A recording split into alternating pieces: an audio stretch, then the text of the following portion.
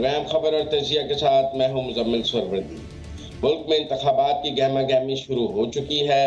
सब सियासी जमातें अपने वजीर आजम के उम्मीदवार सामने लाने की कोशिश कर रही हैं। पीपल्स पार्टी से कुछ बहस रही बिलावल और आसिफ जरदारी के दरमियान, और JUIF से फजलुर रहमान और मुस्लिम लीग नून से पहले ये राय थी कि नवाज शरीफ अब चौथी बार वजीर आजम बनना चाह रहे हैं। लेकिन सेनेटर इरफान सिद्दीकी ने कहा है कि ना तो वो वजीर आजम के उम्मीदवार हैं और ना ही उन्होंने इस ख्वाहिश का इजहार किया है। सेनेटर इरफान सिद्दीकी के बयान को क्या मुस्लिम लीग नून की पॉलिसी में कोई तब्दीली देखी जा सकती है या ये एक रिवायती सियासी बयान है? प्रोग्राम में मेरे साथ मौजूद हैं आमिर अहमद खान साहब और अंबर शमसी। अस्सलाम वालेकुम आमिर साहब। आमिर साहब, कोई नवाज शरीफ साहब को वजीर आजम ना बनाने का फैसला हुआ है मुस्लिम लीग नून के अंदर, या आपके ख्याल में वैसे ही थोड़ा डिफ्यूज कर रहे हैं सिचुएशन को? देखिए जी, ये ऐसा नहीं है। आपने शुरू में एक बात की कि तमाम सियासी जमातें अपने अपने वजीर आजम को सामने लाने की कोशिश कर रही है। मुझे लगता है मुजम्मिल सूरत हाल इससे उलट है। तमाम सियासी जमातें इस वक्त अपने अपने वजारत उज़्मा के उम्मीदवार को छुपाने की कोशिश कर रही हैं, और उसकी वजह ये है मुजम्मिल, मुझे एक बड़ा मंतकी बयान लगा ये इरफान सिद्दीकी साहब का, कि ये सूरत हाल हमें फ़िलहाल ऐसी नहीं नज़र आ रही कि कोई भी सियासी जमात इससे कतई नज़र के उनके दावे क्या है। अभी कल परसों ही हमने सुना राना सनाउल्लाह साहब ने कहना है कि वो पंजाब से कौमी असम्बली की 100 नशस्तें जीतेगी उनकी जमात। बड़ा अच्छा है अगर ऐसा हो, लेकिन फ़िलहाल सूरत हाल में ऐसी नज़र नहीं आती कि कोई भी पार्टी एक वाज़ेह अक्सरियत जीत कर एक मजबूत जमात के तौर पर अगली हुकूमत बनाने की पोजीशन में है। और मैं नहीं समझता हूँ कि कोई भी किसी भी बड़ी जमात का सरबराह जो है वो एक ऐसी सूरत हाल में पाकिस्तान की वज़ारत उज़्मा का ओहदा संभालने का ख्वाह होगा जिसमें उसका इन्हिसार दूसरी जमातों के ऊपर होगा, उसका सारा वक्त अपने सियासी हलीफों की पॉलिटिकल अकोमोडेशन में गुजरेगा, उसको गवर्नेंस पर वो तवज्जो देने का वक्त ही नहीं मिलेगा, वो मेंटल स्पेस ही नहीं मिलेगी जिसकी इस वक्त शदीद ज़रूरत है।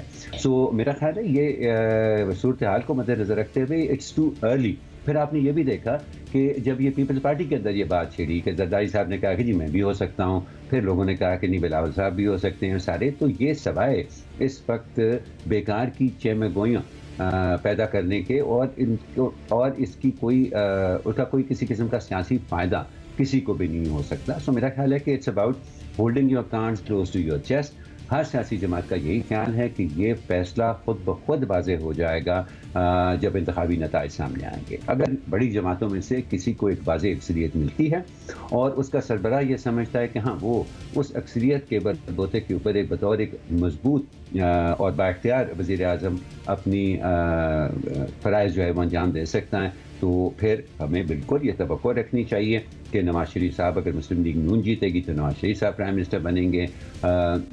लेकिन इस वक्त उनका ये सामने आना खुलकर एक बतौर एक वज़ारत उज़्मा के उम्मीदवार के, वो मेरा ख्याल है उनकी ख्वाहिश भी नहीं होगी। और ये मुज़म्मिल कतई तौर पे मुमकिन नहीं है ना कि मुस्लिम लीग नून, जिसने अपनी सारी कैंपेन इस चीज़ के ऊपर रखी हुई है कि नवाज शरीफ साहब आएंगे, तो जैसे उन्होंने पहले पाकिस्तान को कई दफ़ा संभाला, उनको बेहतरी की तरफ लेके गई, उनके दावे हैं, उससे कई लोग जो है इत्तफाक करेंगे, कुछ लोगों को इनकार हो सकता है, लेकिन बहरहाल उनकी कैंपेन की बुनियाद ये है कि नवाज शरीफ की कारकर्दगी ही पाकिस्तान को मौजूदा हालात से निकाल सकती है। तो ये कैसे मुमकिन हो सकता है कि अगर उनकी जमात एक बड़ी अक्सरियत के साथ सामने आए तो वज़ारत उज़्मा का उम्मीदवार कोई और आ जाए। लेकिन फ़िलहाल मैं इसको एक समझदारी वाला, संजीदगी वाला और मंतकी सा बयान समझता हूँ।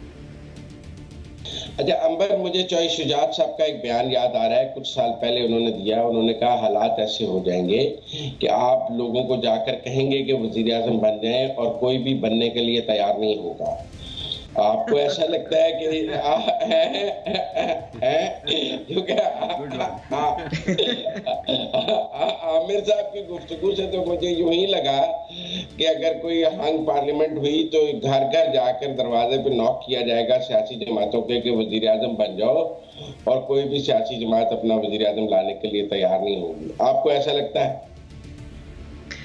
मुज़म्मिल वैसे मेरे ख़्याल में कि एक होता है ना कि विज़डम जो चौधरी शुजात की है उसमें मुझे तो यही 2024 के इंतखाबात और उसके बाद जो हुकूमत साजी होगी का अमल होगा उसमें कुछ वज़न तो इसलिए भी नज़र आ रहा है क्योंकि देखें हालात क्या मुश्किल है। हमेशा जब कोalition पॉलिटिक्स की जाती है तो लेन देन होती है, डील्स होती है, कौन सदर बनेगा, किसको क्या ओहदा मिलेगा, वजीर आजम कौन बनेगा, सबका कंसेंसस वोट होगा। कॉम्प्लिकेशन ज़ाहिर है ये भी है कि कौन एस्टैब्लिशमेंट के लिए भी एक्सेप्टेबल एक कैंडिडेट होगा, ये भी कॉम्प्लिकेशन हो जाती है।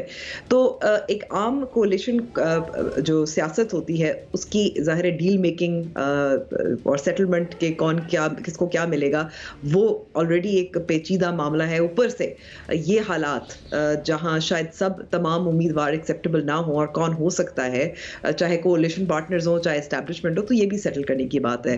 ये तो जाहिर है हुकूमत साजी और उस हद तक हम कहेंगे कि ये बिल्कुल बयान चौधरी शुजात का दुरुस्त है। लेकिन उसके बाद भी आप देखें इस वक्त जो मुल्क के हालात हैं, जिसमें मुआशी हालात हैं, जिसमें सियासी हालात हैं, जिसमें जमहूरी हालात हैं, तमाम ये ट्रिपल जो थ्रेट है उसकी वजह से भी मेरे ख्याल में कोई भी जो भी हुकूमत में होगा वजीर आज़म बनेगा, जैसे हमने पीडीएम की हुकूमत में भी देखा कि कोalition गवर्नमेंट थी। अब जब इंतखाबात हो रहे हैं, मुकाबला हो रहा है, एक ब्लेम गेम भी चल रही है कि कौन जिम्मेदार है इन हालात के लिए, तो उसकी वजह से भी आपको नज़र आ रहा है कि जो मलबा गिरेगा किस पे गिरेगा और कौन अपना मजीद सियासी कैपिटल खोएगा। तो दैट्स द सेकंड कॉम्प्लिकेशन जो पोस्ट इलेक्शंस की है। जहाँ तक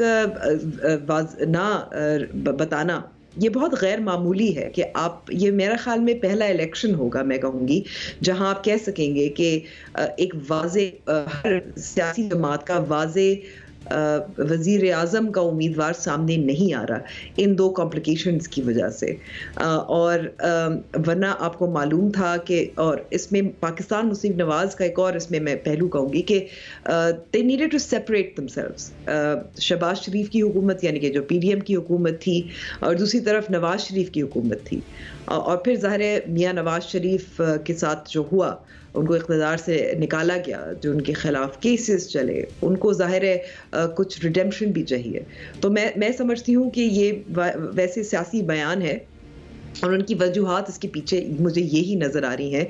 सिर्फ ये नहीं कि कौन वज़ीर आज़म बनेगा और ये मुश्किल हालात में संभालेगा, लेकिन पहली बार ऐसा मुझे लग रहा है कि कोई वाज़े उम्मीदवार शायद इसलिए भी नहीं है क्योंकि इस वक्त हालात ऐसे हैं कि आपको नहीं पता कि इलेक्शन में क्या होगा, इन द सेंस कि कौन सा वज़ीर आज़म होगा, और फिर इलेक्शन के बाद जो मुश्किलात होंगी कौन उनसे निमट पाएगा। अच्छा देखें अंबर, मैं ये समझता हूँ कि अगर मुस्लिम लीग नून किसी भी सतह पर हुकूमत बनाने की पोजीशन में होगी या वो हुकूमत बनाने का फैसला करती है, तो उस सूरत में मियाँ नवाज शरीफ ही वज़ीर आज़म होंगे। कोई अल्टरनेट चॉइस मुस्लिम लीग नून के पास नहीं है। उनकी इलेक्शन कैंपेन भी सारी नवाज शरीफ के गिर्द घूम रही है, उनकी परफॉर्मेंस रिपोर्ट्स भी सारी नवाज शरीफ के गिर्द घूम रही हैं। तो ये तो नहीं हो सकता कि आप नवाज शरीफ को दिखाकर किसी और को वज़ीर आज़म बना दें। लिहाजा मैं समझता हूँ कि इरफान सदीकी साहब के इस बयान में ये तो इस हद तक तो दुरुस्त होगा कि नवाज शरीफ ने अभी अपनी ख्वाहिश का इजहार नहीं किया कि वो वज़ीर आज़म बनना चाहते हैं। किसी जलसे में, किसी प्रेस टॉक में, किसी मीडिया इंटरेक्शन में नवाज शरीफ ने खुद तो नहीं कहा कि मैं वज़ीर आज़म बनना चाहता हूँ। लेकिन शहबाज शरीफ ने कहा है कि हमारे वज़ीर आज़म के उम्मीदवार नवाज शरीफ हैं, मरीम नवाज ने कहा है, ख्वाजा आसिफ ने कहा है, एहसन इकबाल ने कहा है, राना सनाउल्लाह ने कहा है। तो उनकी पूरी पार्टी की जो मेन स्लॉट है वो नवाज शरीफ को वज़ीर आज़म का उम्मीदवार कह रही है। दो इरफान सिद्दीकी साहब से सीनियर्स भी हैं, लिहाजा इस हद तक तो मान लेते हैं कि नवाज शरीफ ने खुद अपनी ख्वाहिश का इजहार नहीं किया। लेकिन मेरे ख्याल में मुस्लिम लीग नून के पास नवाज शरीफ के अलावा कोई अल्टरनेट चॉइस भी नहीं है। ये ज़रूर है कि मुस्लिम लीग नून के अंदर ये सोच मौजूद है कि मखलूत हुकूमत का तजर्बा अच्छा नहीं रहा, लिहाजा अगर उनको ये नज़र आया कि उनको एक बड़ी मखलूत हुकूमत बनानी पड़ रही है जैसे पीडीएम की थी, तो शायद मुस्लिम लीग नून किसी हुकूमत का हिस्सा ही न बने। मैं ये तो समझ सकता हूँ कि अगर ये हो कि 3 या 4 पार्टियां मिलकर हुकूमत बनाएंगी 5, तो मुस्लिम लीग नून कहेगी कि हम अपोजिशन में बैठ जाते हैं, हम हुकूमत का हिस्सा नहीं बनेंगे, हमारे अलावा बाकी सब जमातें हुकूमत बना लें। लेकिन ये मुमकिन मुझे नज़र नहीं आता कि मुस्लिम लीग नून एक बड़ी सियासी जमात के तौर पर हुकूमत में होगी और उसके अंदर से कोई और वजीर आजम होगा, फिर वजीर आजम नवाज शरीफ ही होगा, उसके अलावा कोई अल्टरनेट चॉइस यहाँ इस वक्त मुस्लिम लीग नून के पास नहीं है। बाकी पीपल्स पार्टी में भी, लेकिन आपको मुजम्मिल, आपको लगता नहीं है जी मुजम्मिल, आपको नहीं लगता कि देखिए मियां नवाज शरीफ जरूर पहली चॉइस ही होनी चाहिए, जो इनका स्लोगन, इनका कैंपेन अभी तक है उसी से यही इशारा तो मिल रहा है, लेकिन मियां Nawaz Sharif also plays his cards close to his chest, और खास तौर पर जैसे मैंने जिन हालात का जिक्र किया है वो शायद इतने खुलकर खुद नहीं बात करना चाहते, वो चाहते हैं कि ये बाज़गाश्त, ये बातचीत औरों के जरिए आए। आपको ये नहीं लगता वो क्यों खुल के कहेंगे कि मैं वज़ीर आज़म होगा अगला? कानूनी मुश्किलात अलग है। मुझे ये लगता है कि मुस्लिम लीग नून ये तो जरूर सोच रही है कि हमने आइंदा कोई ऐसी कोलिशन गवर्नमेंट नहीं बनानी जिसका मलबा हमारे सर आ जाए और बाकी सब जो है टिकट के मजे लें। लिहाजा वो मजीद पॉलिटिकल कैपिटल को खोने के लिए कोई मखलूत हुकूमत के मूड में नहीं है 2024 के बाद। ये बात समझ आती है। वो अपोजिशन में बैठना पसंद करेंगे, वो हुकूमत से बाहर रहना पसंद करेंगे, लेकिन अगर हुकूमत उनकी अपनी बनती होगी तो सिर्फ बनाएंगे, वरना नहीं बनाएंगे, जो मुझे समझ आती है। जो वो कह भी रहे हैं कि हम अक्सरियत लेंगे तो हुकूमत बनाएंगे, वो पीपल्स पार्टी कह रही है कि हम सबके साथ मिलकर हुकूमत बनाएंगे, हमें मिलकर हुकूमत बनाने का तजर्बा है। बाकी छोटी सियासी जमातें मिलकर बनाने की बात कर रही हैं, लेकिन मुझे लगता है कि मुस्लिम लीग नून किसी हंग पार्लियामेंट में मखलूत हुकूमत बनाने के मूड में नहीं है। उनका पॉलिटिकल कैपिटल लॉस काफ़ी हुआ है, वो मजीद करना नहीं चाहेंगे। फिर ये भी आप एक बात समझें कि अब हमारी सियासी जमातों की मरकजी हुकूमत तरजीह ही नहीं रही। Nobody wants to govern Pakistan, everybody wants to govern provinces. हर कोई सूबों की गेम खेल रहा है। पीपल्स पार्टी ये सोचती है कि सिंध मिल जाए काफ़ी है, मौलाना सोचते हैं कि पी या बलूचिस्तान में से कुछ मिल जाए काफ़ी है, मुस्लिम लीग नून सोचती है अगर हम मरकज ना भी ले, पंजाब मिल गया तो बस काफ़ी है, आगे हम पॉलिटिकल गेन अगले इलेक्शन के लिए कर लेंगे। इसीलिए वो मरियम नवाज को चीफ मिनिस्टर की स्लॉट के लिए कंसिडर कर रहे हैं कि अगर हम मरकज में ऊपर हुकूमत ना बनाएं और ऊपर कोई और हुकूमत बन जाए जिसकी कोई हमायत की भी जाए या ना भी की जाए और खुद हुकूमत से बाहर रह जाए, जैसे कि पीपल्स पार्टी के साथ उन्होंने किया भी 2008 से 13 तक, तो ऐसी सूरत में मरियम नवाज को चीफ मिनिस्टर के तौर पे लाकर हम पंजाब को लीड करें। लेकिन मरकज में कोई ऐसी गेम नहीं खेलना चाहते वो जिसमें उनको हंग पार्लियामेंट में अपना वजीर आजम लेके आए। ऐसी सूरत में किसी मखलूत हुकूमत का ना नवाज शरीफ वजीर आजम बनना चाहता है, ना शहबाज शरीफ बनना चाहता है। वो फिर ये बिलावल को प्लेट में रख के ही दे देंगे। क्यों आमिर साहब? ये तो देखें, वक्त बताएगा कि किसको प्लेट में मिलती है चीज़ या किसके ऊपर छीना झपटी होती है। लेकिन मतलब मैं ना थोड़ी सी मुझे फेथ है सियासतदानों के अंदर। मुझे ये पता है कि हमारे सियासतदानों का जो 30 साल से 1988 से लेके 2018 तक का 30 साल का उनका जो पॉलिटिकल स्ट्रगल है, जो सिर्फ और सिर्फ इस चीज़ के ऊपर फोकस था। आप उसके अंदर से हज़ार खराबियाँ निकाल लें, आप उनकी हज़ार गलतियों की निशानदेही कर लें इन 30 सालों के अंदर, लेकिन उसका जो एक फोकस था वो सियासतदानों के लिए और पाकिस्तान के अंदर सियासी जमातों के लिए वो स्पेस हासिल करना था जो कि इससे पहले उनको नहीं, 1988 से पहले कि मार्शल लॉ ने उनसे बड़ी हद तक छीन ली थी। फिर दोबारा वो स्पेस उनसे छीनी गई जब जनरल मुशर्रफ ने बगावत की हुकूमत से और हुकूमत संभाल ली खुद, और बड़े अरसे तक वो हुकूमत के अंदर रहे। सो मेरा ख्याल है कि इस निज़ाम की बका, ये जो सियासी निज़ाम की बका है ना, ये भी एक कंसिडरेशन है। मैं नहीं समझता हूँ कि हमारी सियासी जमातें इतनी नासमझ हैं इस 30 साल तजर्बे के बाद कि वो सिर्फ जो फौरी मसाइल का उनको सामना है। ये मैं आपकी बात को बड़ा वज़न देता हूँ जो आपने उनके PDM के तजर्बे की बात की है, PMLN की, और वो उनके लिए काफ़ी तल्ख रहा है, जहाँ पे एक सियासी जमात जो है वो बाद में हुकूमत का हिस्सा रहने के बावजूद उन्हीं के ऊपर तनकीद करना शुरू हो गई कि जी ये सारा किया कराए इनका है, तो वो यकीनन उनका तर्क दर्ज रहेगा।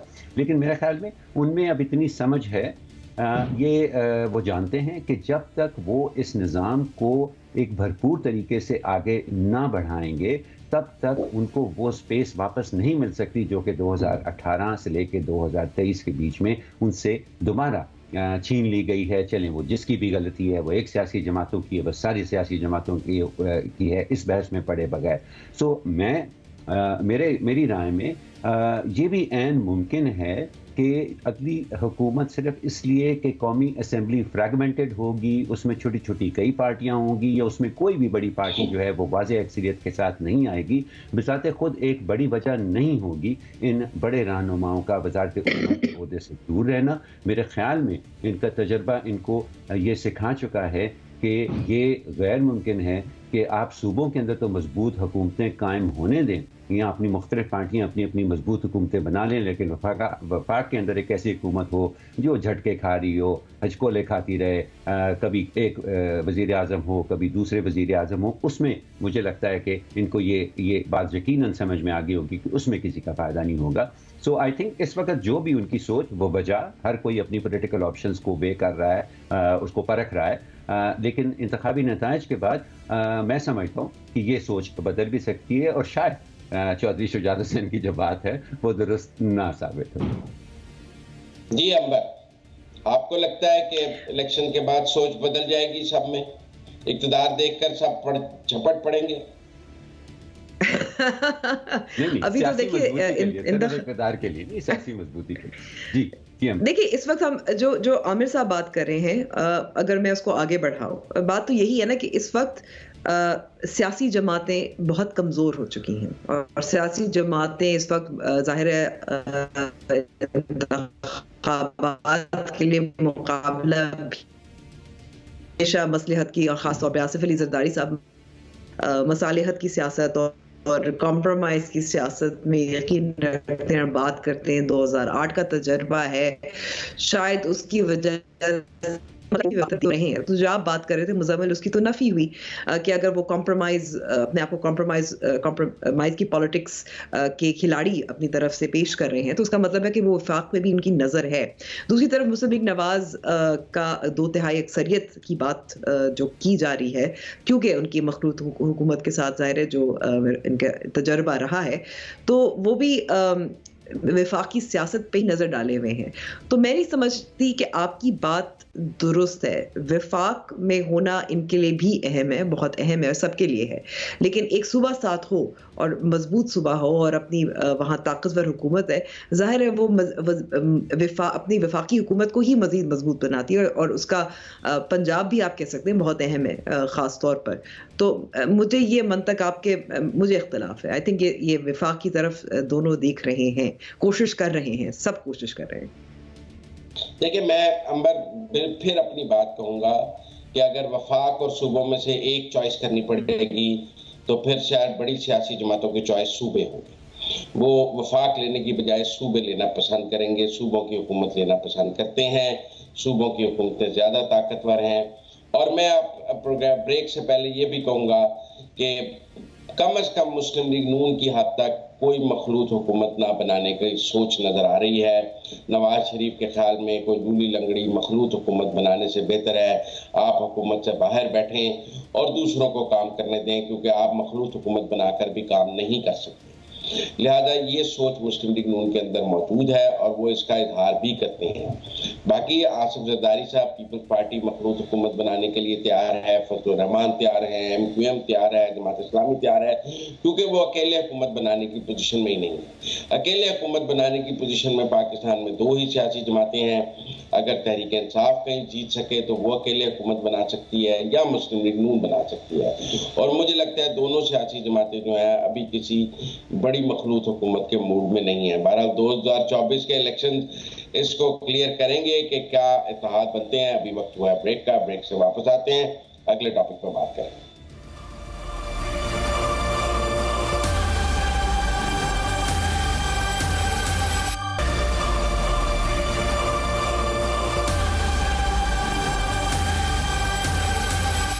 खबर और तज़किया में एक बार फिर खुशामदीद नाज़रीन। बात हो रही है पाकिस्तान की सियासत की, पाकिस्तान के इंतखाबी माहौल की। इंतखाबी माहौल भी गर्मा गर्म, सियासत वही, खिलाड़ी वही, लेकिन एक नई गिरफ्तारी का हम जिक्र करते हैं। PTI के रहनुमा शाह महमूद कुरैशी को अडयाला जेल से रिहाई के फ़ौरन बाद दोबारा गिरफ्तार कर लिया गया। एक ड्रामाई सी वीडियो भी सामने आई जिसमें वो पुकार कर कह रहे हैं कि उनको सुप्रीम कोर्ट के एक्टिंग चीफ जस्टिस समेत 2 और जजों ने 3 जजेस के फैसले के तहत उनकी रिहाई का हुक्म है, اور یہ لوگ جو باہر اکٹھے ہوئے ہیں جس کا ان کا اشارہ ان پولیس والوں کی طرف تھا جن کو وہاں پر گرفتار کرنے آئے ہوئے تھے، یہ ان کو گرفتار کرنے آئے ہیں. ہم نے دیکھا کہ وہ جیل سے باہر قدم نہیں رکھنا چاہ رہے تھے اس خدشے کے تحت کہ ان کو دوبارہ گرفتار کر لیا جائے گا، اور پھر کچھ دھکم پیل کے بعد ان کو جیل سے باہر لایا گیا اور دوبارہ گرفتار کر لیا گیا. کہا جاتا ہے کہ اب ان کو GHQ حملہ کیس کے اندر گرفتار کیا گیا ہے. تو کیا لگتا ہے ہمارے ساتھیوں کو؟ باری باری میں ان سے پوچھنا چاہوں گا کہ امبر، عدالتی احکامات اپنی جگہ، لیکن مقدموں کی بھی بھرمار ہے. ایک میں ضمانت ہوتی ہے تو دوسری گرفتاری، جبکہ الیکشنز میں اب کچھ ہی عرصہ باقی ہے، چند ہی ہفتے رہ گئے ہیں. تو لگتا ہے کہ ہم شاہ محمود قریشی صاحب کو انتخابی میدان میں دیکھ پائیں گے یا نہیں؟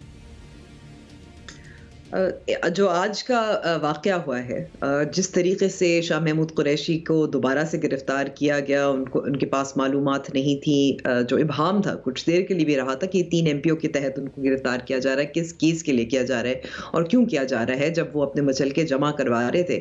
میرے خیال میں یہ تو واضح آپ کو ایک اشارہ ملتا ہے کہ شاہ محمود قریشی صاحب کو تو ہم انتخابی میدان میں تو نہیں دیکھ سکتے. لیکن طریقہ کار پہ بھی میں تو مذمت کرتی ہوں، کیونکہ ضرور کیسز ہوں گے اور بہت سارے کیسز ہوں گے، لیکن جو طریقہ کار رہا ہے کہ جیسے رہائی ملتی ہے، جیسے ایک سکون کا سانس لیتے ہیں، پھر دوسری گرفتاری ہو جاتی ہے اور اس پہ بھی کچھ دیر کے لیے معلوم بھی نہیں ہوتا کس وجہ سے ہو رہا ہے. یہ طریقہ کار غلط ہے.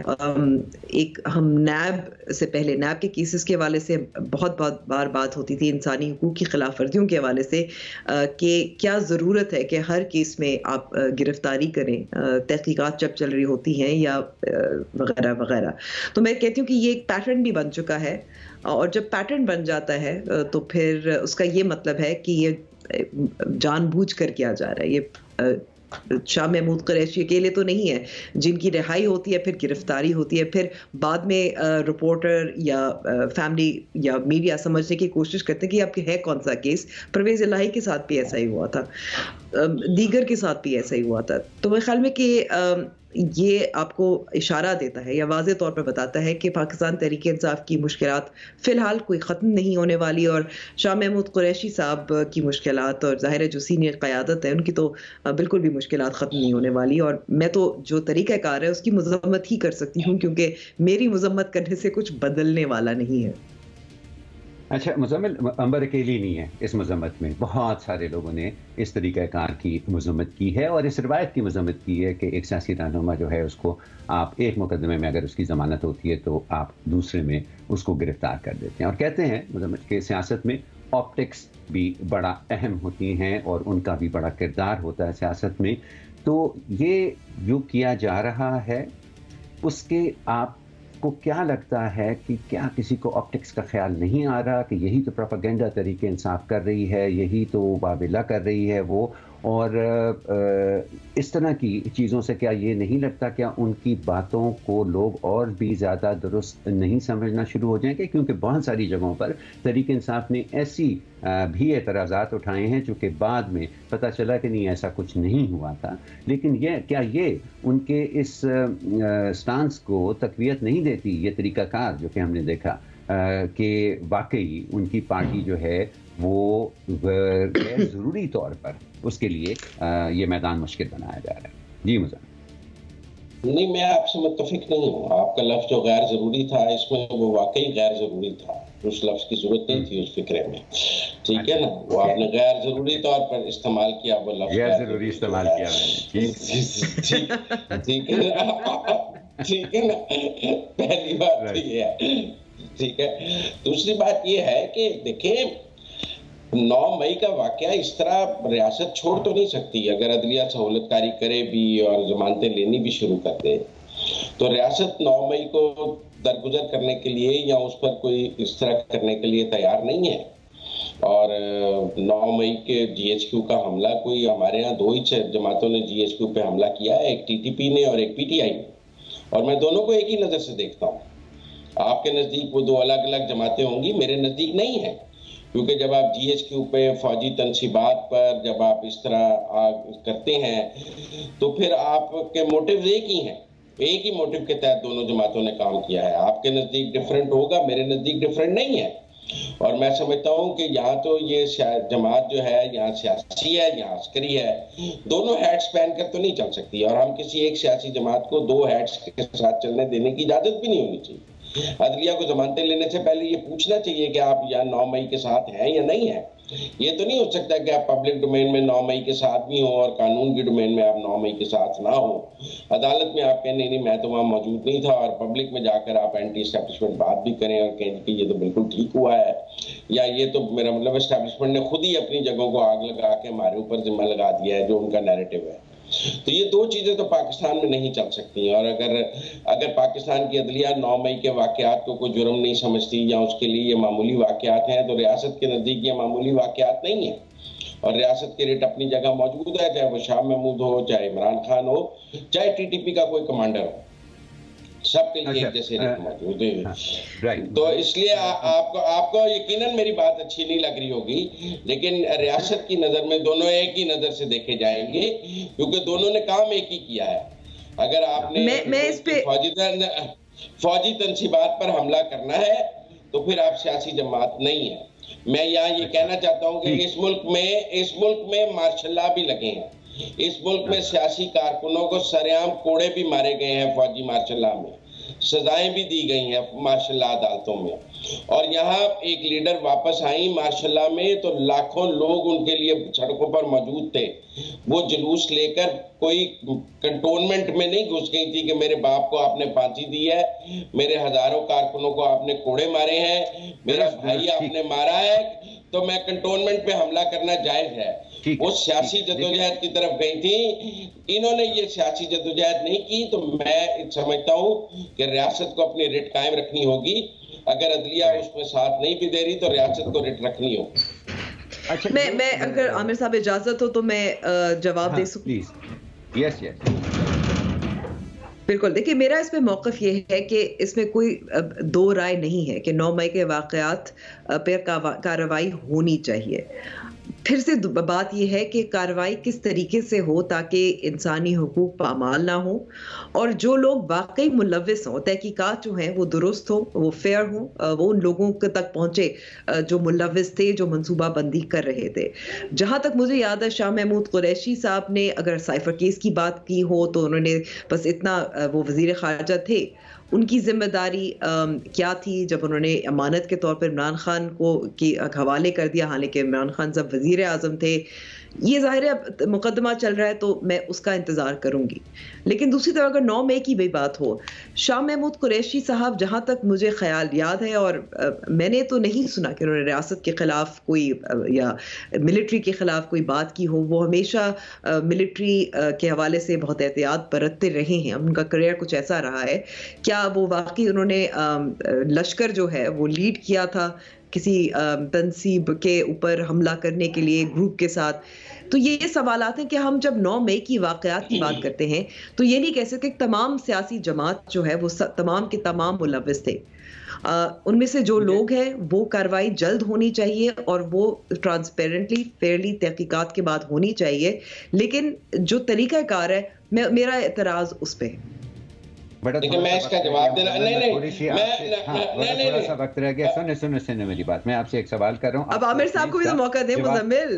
نہیں آپ کو جواب دینے کا اس سے موقع ملے گا، میں مزمل میں آپ ہی سے اس کے بارے میں بات کر رہا ہوں۔ دیکھیں یہ ماننے میں کیا حرج ہے کہ کئی دفعہ سیاسی کارروائیوں کو قانونی لبادہ اڑانا ممکن نہیں ہوتا، یہ سہولت کاری کی آرگومنٹ جو ہے اس کو ہم کہاں تک لے کر جائیں گے؟ کیا ہمیں یہ ماننے میں ہمیں کیوں مزمل آپ کے خیال میں اعتراض ہے کہ کئی دفعہ جو سیاسی محرکات کی بنیاد کے اوپر جو کارروائیاں ہوتی ہیں ان کو قانونی لبادہ پڑھانا ممکن نہیں ہوتا، تو ہم کیوں کوشش کرتے ہیں؟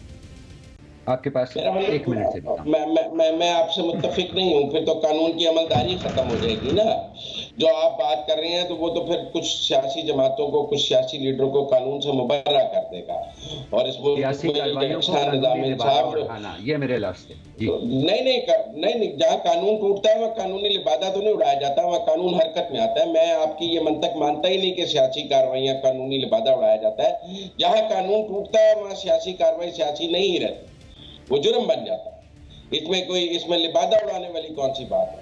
और दूसरी जो अंबर की बात है, मैं उससे भी मुत्तफिक नहीं हूँ। ये तो कल एक खुदकुश हमला हो लाहौर में, इस्लामाबाद में, और जो टीटीपी का कमांडर अफगानिस्तान में बैठा है वो कहेगा मैं तो मौके पे मौजूद नहीं था, मुझे क्यों इस मुकदमे में चार्ज किया जा रहा है? भैया बैटमेंट है, आपने प्लानिंग की, आपकी हमायत उसको हासिल है। दहशतगर्द तंजीम और सियासी जमात में बहुत फर्क होता है मुजम्मिल, और ये एक ममनुआ तंजीम तो नहीं है पाकिस्तान तहरीक इंसाफ, एक रजिस्टर्ड पॉलिटिकल पार्टी है। जब सियासी जमात दहशतगर्दी पर उतर आए तो फिर वो सियासी जमात नहीं रहती। जब वो सियासी जमात दहशतगर्दी कार्रवाइयों में आ जाए तो वो सियासी जमात, जब वो GHQ पे हमला करे, जब वो एयरबेस पे हमला करे, जब वो ISI के हेडक्वार्टर पे हमला करे, तो वो सियासी ये नुक्ता जमात ज़ेर नहीं बहस रहती है। रहेगा मुज़म्मिल, हमारे पास वक्त खत्म हो रहा है। ये नुक्ता ज़ेर बहस रहेगा कि सियासी जमात कब सियासी जमात रहना छोड़ देती है और वो तशद्दुद की सियासत जब अपनाती है तो क्या वो उसको अस्करी जमात कहना दुरुस्त है या नहीं। वक्त हुआ एक ब्रेक का, थोड़ी देर बाद दोबारा मिलते हैं।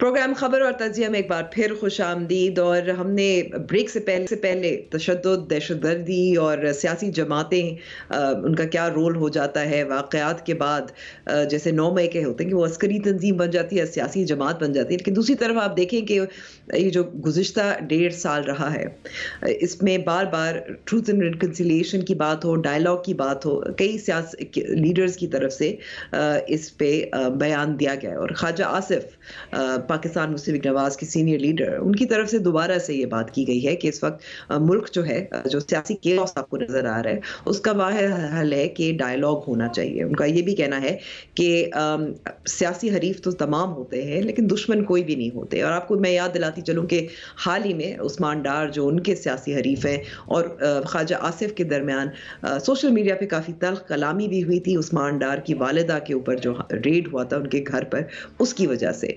लेकिन ये बात सिर्फ ख्वाजा आसिफ नहीं कर रहे, कई सियासी रहनुमा कर चुके हैं। अब सवाल मैं पहले मुजम्मिल आपसे करना चाहूंगी, ये जो सियासी डायलॉग या तमाम के साथ बैठकर डायलॉग करने की बात है, आप समझते हैं कि ये मुमकिन है इंतखाबात से कबल, ये ज़्यादा मुमकिन है इंतखाबात के बाद, और क्या कोई लीड लेगा? ये इंतखाबात के बाद मुमकिन है, लेकिन ये देखना पड़ेगा कि PTI पार्लियामेंट में किस पोजीशन में है, क्योंकि हमने पिछले 10 साल की सियासत में 2013 से इस मुल्क में पॉलिटिकल डायलॉग के रास्ते में सबसे बड़ी रुकावट PTI को ही देखा है कि वो सियासी वो एस्टेब्लिशमेंट से बात करने को तो तरजीह देते हैं लेकिन अपने सियासी हरीफों के साथ बैठने को तरजीह नहीं देते हैं। आपने देखा इमरान खान बतौर लीडर ऑफ द अपोजिशन भी अपने सियासी हरीफों के साथ बैठने के लिए तैयार नहीं थे और वज़ीर आज़म बनकर भी तैयार नहीं थे। हमने दोनों तरह उनको ट्राई किया है, वो दोनों तरह ही अपने सियासी मुखालफिन के साथ बैठने के लिए तैयार नहीं थे किसी भी स्टेज पर। तो जब एक सियासी जमात का लीडर ये तय कर ले कि मैंने तो बैठना ही नहीं है, तो फिर सियासी डायलॉग तो ख़त्म हो जाता है। आप वरना ऑल पार्टीज कॉन्फ्रेंस सियासी क़यादत आपस में बैठती है। तो ये 2024 के इलेक्शंस के बाद देखना पड़ेगा कि अवाम PTI को किस रोल में लाते हैं और वो कौमी इत्तेफाक राय के रास्ते में कितनी बड़ी रुकावट पैदा करने की पोजीशन में है।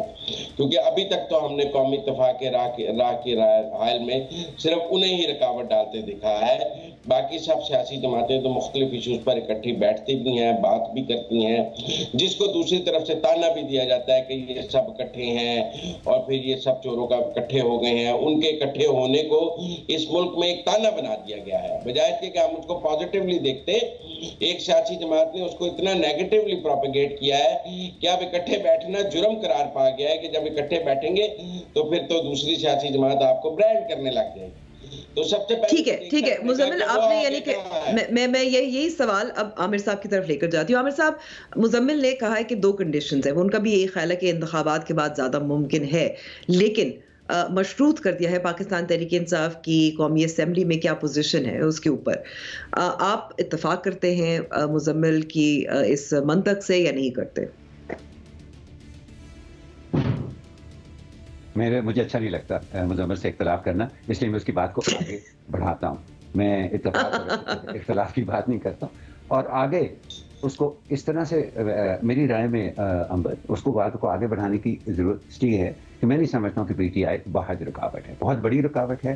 عمران خان کا مسلسل دوسری سیاسی جماعتوں سے بات کرنے سے انکار کرنا اور ایک انتہائی منفی رویہ رکھنا دوسری سیاسی جماعتوں کی طرف، وہ ایک بنیادی وجہ ہے کہ آج کل وہ سیاسی طور پر تنہا ہیں۔ ان کی جماعت، انہوں نے اپنی جماعت کو اتنی بڑی مشکل میں ڈال دیا ہوا ہے کہ اس کی سب یہی وجہ ہے ان کا انکار دوسری سیاسی جماعتوں سے بات کرنا۔ لیکن دیکھیں، میں سمجھتا ہوں کہ وہ اکیلے نہیں ہے، صرف ان کا نام نہیں لینا چاہیے۔ ایک اور بھی کردار ہیں پاکستان کی سیاست میں، اور وہ پاکستان کے ریاستی ادارے ہیں، پاکستان کی فوجی سربراہ ہیں، وہ بھی سیاست میں ان کا بھی ایک کردار ہے۔ وہ آئینی نہیں ہے، اس سے قطع نظر وہ ایک سیاسی جماعت کے طور پر سامنے نہیں آ سکتے، اس سے قطع نظر اس سے کوئی انکار نہیں کر سکتا، جس نے بھی پاکستان کی تاریخ دیکھی ہے، انتخابی تاریخ دیکھی ہے، سیاسی تاریخ دیکھی ہے، کہ ان کا ایک کردار ہے۔ سو میں صرف اتنا کہنا چاہوں گا کہ اگر آپ سب کو مل بیٹھ کر بات کرنے کی کوئی یہاں پر کوشش شروع کرے گا تو اس کو